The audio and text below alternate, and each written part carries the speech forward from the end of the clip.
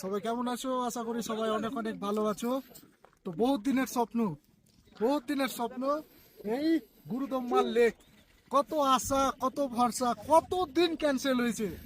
এই মানে মোটামুটি 3-4 বছরে অন্তত পক্ষে 6-7 বার ক্যান্সেল হয়েছে, কিন্তু জব তক তোড়েঙ্গে নেই তব তক ছোড়েঙ্গে নেই। একবার দেখো, একবার এটা হচ্ছে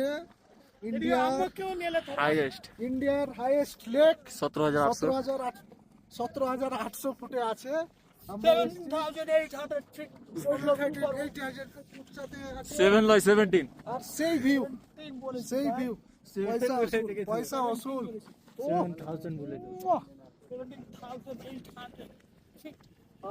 আহা, যত ভেসে যাই কবিতার কাছাকাছি তত মনে হয় একঘেয়ে বেঁচে আছি। ভালো লাগা লুকিয়ে রেখেছিলে আড়ালে, ফিরে আসি চুমু খেয়ে। তো আমি এখন গুরুদম্মারের নিচে যাচ্ছি, একদম নিচে। এই তো গুরুদম্মার, সিরিয়াসলি স্বপ্নর শহর, স্বপ্নের জায়গা, কত স্বপ্ন। এই যে গুরুদম্মার, আর সত্যি বলতে বহুত দিন থেকে স্বপ্ন। আজ আজ কতটা যে খুশি আছি সেটা আমি জানি। এতটা খুশি দেখছো, একদম ক্রিস্টাল ক্লিয়ার জল। এটা একদম ক্রিস্টাল ক্লিয়ার জল, আর জলের সাথে সাথে হালকা হাওয়া বইছে। অক্সিজেনের খুব কম। ওপর থেকে যে এলাম পুরো একদম মনে হচ্ছে অক্সিজেন পাচ্ছি না, কিন্তু সর্বোপরি নিজের প্যাশন আগে, যা হবে হবে। যখন এত দূর যখন চলে আসতে পেরেছি, তখন গুরুদম্মার কেন দেখে যাব না গুরুদম্মার লেক। ওহ, সত্যি এক টুকরো যদি জান্নাত হয়, এই সেই জান্নাত।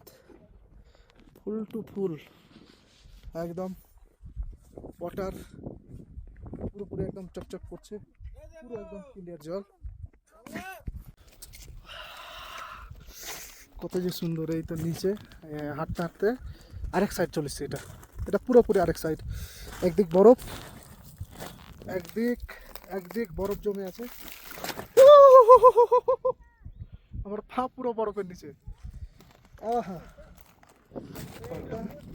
আর এটা মোটামুটি নভেম্বর ডিসেম্বরের দিকে পুরোপুরি বরফে এটা হয়ে যায়। মানে পুরোপুরি কিছুটা মিডিলে পাখি থাকে, তখন উঠতে পারবো, কিন্তু এখন উঠা যাবে না।